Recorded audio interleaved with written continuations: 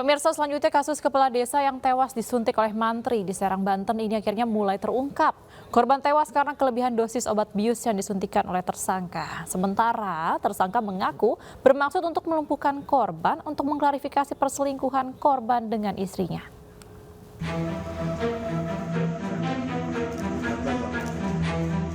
Hasil penyelidikan Satreskrim Polresta Serang Kota bekerja sama dengan toksikologi forensik Puslap 4 Bareskrim Polri mengungkapkan kandungan obat yang menyebabkan kepala desa Curug Goong, Salam Munasir meregang nyawa. Korban tewas akibat kandungan obat bius rokuronium yang ada di tubuh korban.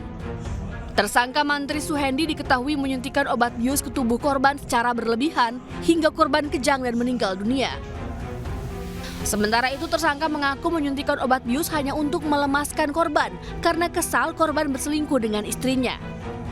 Tersangka mengaku memilih cara ini karena tidak berani jika harus berkelahi dengan korban. Motif saya melihat karena dia sudah melampaui batas, karena dia sudah berselingkuh dengan istri saya. Saya tujuannya hanya untuk melemaskan ototnya saja. Karena kalau saya ngasih tahu ke yang lain soal perselingkuhan ini hanya aib. Makanya saya mau klarifikasi secara diri sendiri. Maksud melemaskannya itu seperti apa?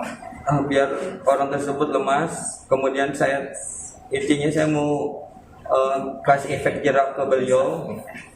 Karena saya badannya kecil, dia besar. Kalau kita sparring pasti saya kalah duluan.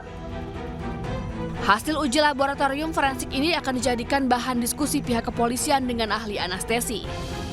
Seberapa banyak dosis obat bius yang disuntikan kepada korban akan menjadi patokan polisi untuk menerapkan pasal yang tepat untuk tersangka.